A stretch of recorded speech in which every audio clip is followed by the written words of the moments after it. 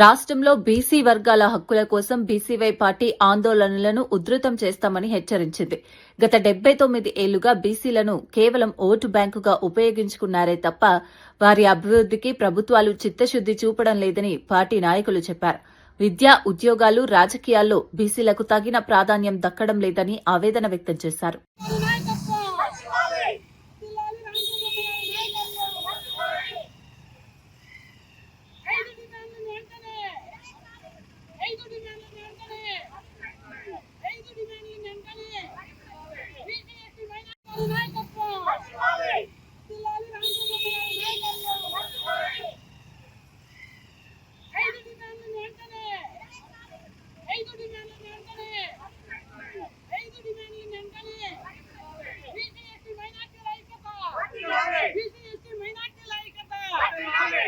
minority నాయకత్వం